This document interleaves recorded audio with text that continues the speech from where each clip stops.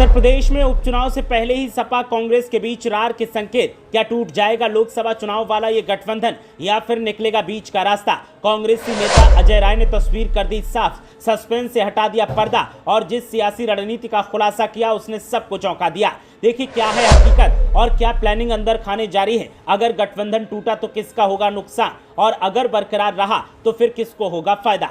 उत्तर प्रदेश की सियासी फजाओं में उपचुनाव की जंग देखने को मिल रही है और उसी उपचुनाव की जंग के बीच एक एहसास ने सपाइयों और कांग्रेसियों पर सवाल खड़े कर दिए हैं। दावा किया जा रहा है कि उपचुनाव से पहले उत्तर प्रदेश में सपा और कांग्रेस की राहें बदल जाएंगी और दोनों के रास्ते जुदा हो जाएंगे। तो वहीं किसी का कहना है कि ये सिर्फ एक शगुफा है, हकीकत दावों से परे है। मामले पर अब कांग्रेस नेता अजय राय ने अपनी राय दी और इस राय ने हर किसी को चौंका दिया। अजय राय ने साफ कर दिया कि आने वाले दिनों में क्या होगा और उपचुनाव को लेकर कांग्रेस की क्या रणनीति है और सपा के साथ जाना है या नहीं, उस पर क्या विचार बन रहे हैं। अजय राय के खुलासे ने सबको चौंका दिया है। भारतीय जनता पार्टी पर भी अजय राय ने जमकर निशाना साधते हुए कहा कि ये पार्टी सिर्फ महापुरुषों का अपमान करना जानती है। आज जो भी कुछ भी लखनऊ में हुआ ऐसा नहीं होना चाहिए।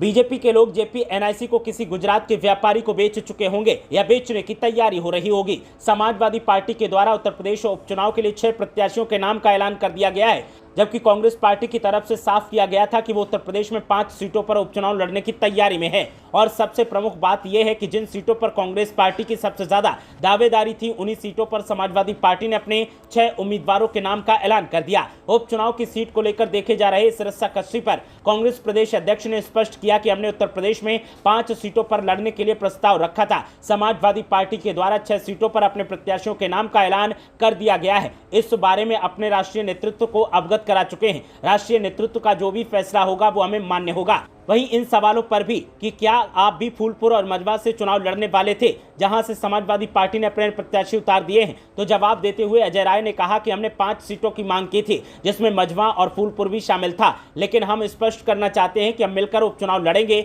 और भारतीय जनता पार्टी को पूरी मजबूती के साथ हराने का काम करेंगे। कांग्रेस प्रदेश अध्यक्ष ने कहा कि दोनों तरफ से गठबंधन धर्म का पालन हो रहा है। समाजवादी पार्टी प्रमुख अखिलेश यादव के जेडीयू को नसीहत वाले बयान पर समर्थन देते हुए अजय राय ने कहा कि बिल्कुल अखिलेश यादव के द्वारा सही कहा गया है। अगर नीतीश कुमार ऐसा नहीं करते हैं तो उनका भी हाल जेजेपी और पीडीपी की तरह हो सकता है, इसीलिए उन्हें इस पर विचार करना चाहिए। आज जो कुछ भी लखनऊ में हुआ वो नहीं होना चाहिए था। भारतीय जनता पार्टी महापुरुषों का अपमान करती है और इस अपमान को कांग्रेस पार्टी या समाजवादी पार्टी कतई बर्दाश्त नहीं करेगी, क्योंकि ये गलत है। ब्यूरो रिपोर्ट, मीडिया हलचल।